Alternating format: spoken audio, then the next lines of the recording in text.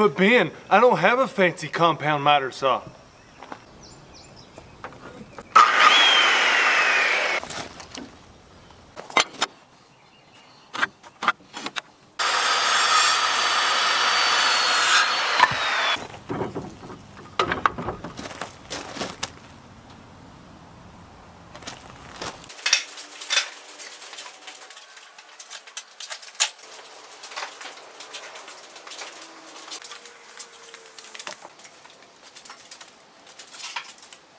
These 2x8s and 2x6s are left over from a house that we're refinishing, and probably not good enough or long enough to be used structurally inside, but we save stuff just for projects like this. It comes in really handy whenever you just need to frame something up, whether it's a jig, a table, something. It's really handy to have some leftover scrap wood, so we save ours, store it. It's weathered. I wouldn't dare put it in a wall or something structurally, but it's great for this. And a happy little thing that I didn't even account for is I love the way this all weaves in. I think it's going to make a really great stand. There's a million ways to make a stand. This is just a cheap, easy way to.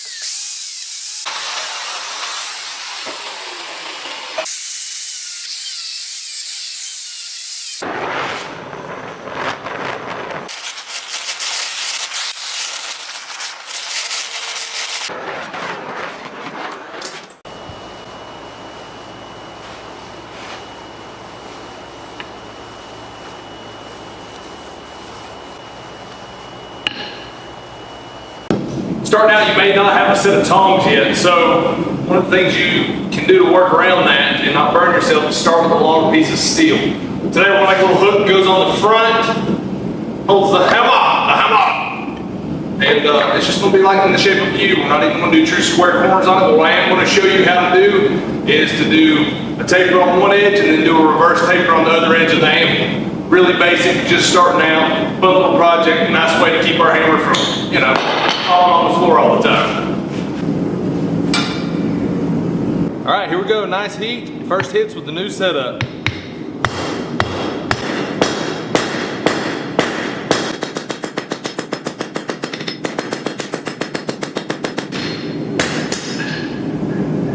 Not bad for our first heat. Bring my hand right over here to it. And I'm just gonna, right there. And that way I can put my taper on the edge and check it as I go.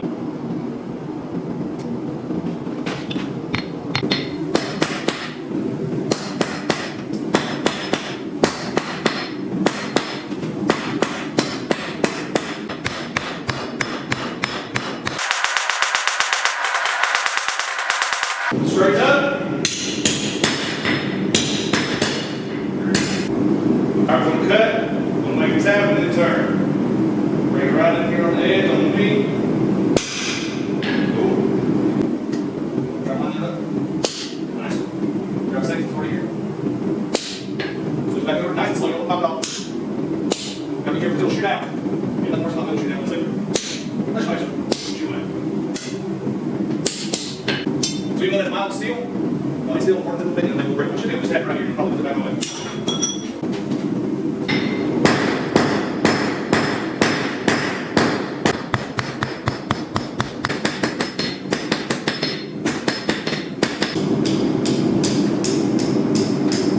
Try to go slow.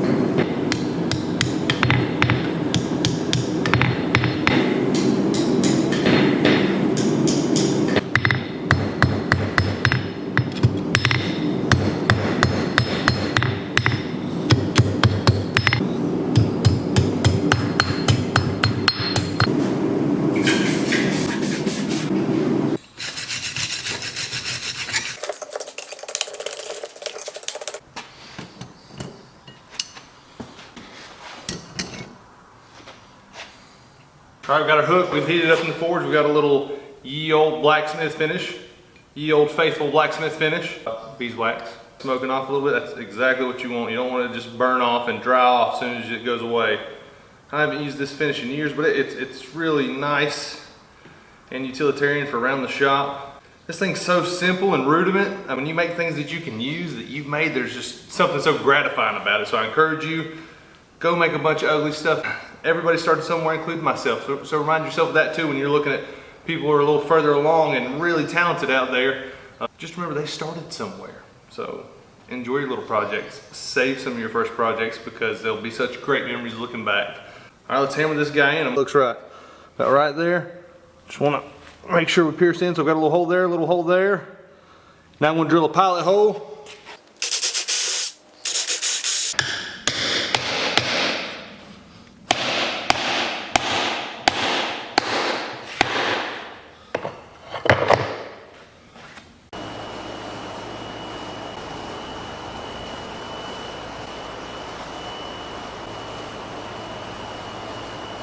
Wait, we're not done yet.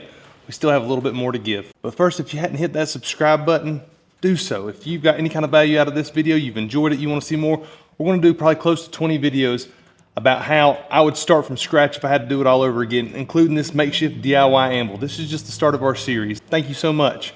Let's get back to the video. Next video, we're going to make some tools. We need some chisels, at least one chisel, something sharp, because we don't have a place for a hardy hole. So we need a handheld chisel so we can do some cutting, and I think we use rebar. We're cheap. It is half the money. Buy some 4140, buy some S7, buy some H13, buy some nicer tool steels. You'll know what you're heat treating, and you'll get a better quality out of your tool.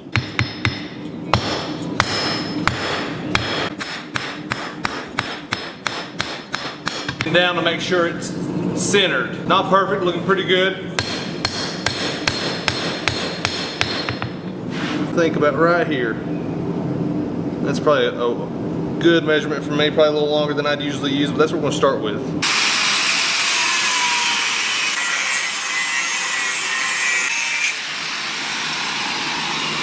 All jokes aside, use an angle grinder, be super careful. Use at your own risk. These things are crazy dangerous. I always try to make sure my face is never over top. I don't like the guards, they impede what I do 9 times out of 10. And I try to keep my knuckles free and clear. These things will explode and they will pierce things. Be careful. You want a slight radius to your chisel because if not, it's really difficult to use a square chisel. Sometimes it wants to buck or kick if it's not perfectly aligned. Starting out, this is forgiving. Also, our chisel's a little bit thicker than a regular hot cut chisel. That's gonna be more forgiving and a little more durable. It'll be a little more hardy, no pun intended.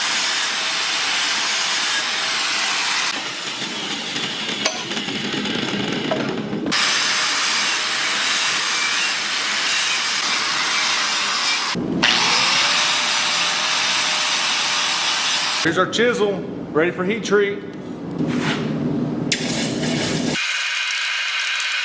Normally wouldn't temper something like this, but just to be careful since I don't know what's in it, I'm gonna make sure I don't have any hardness right here where I have to worry about shards or anything coming out of my hand. If you're hardening some metal like this and you don't know what it is, wear a glove, wear a leather glove. All right, we've got our tip hardened and edges all done. Now it's time to temper. I think that's a good stopping point. I still think that's going to run based on the heat. So we're about right here with the straw color. Oh man, that's like perfect. We want that purple and that blue to stay back here because that means that it's soft right there. So that means from here down, pretty soft. We're pretty good.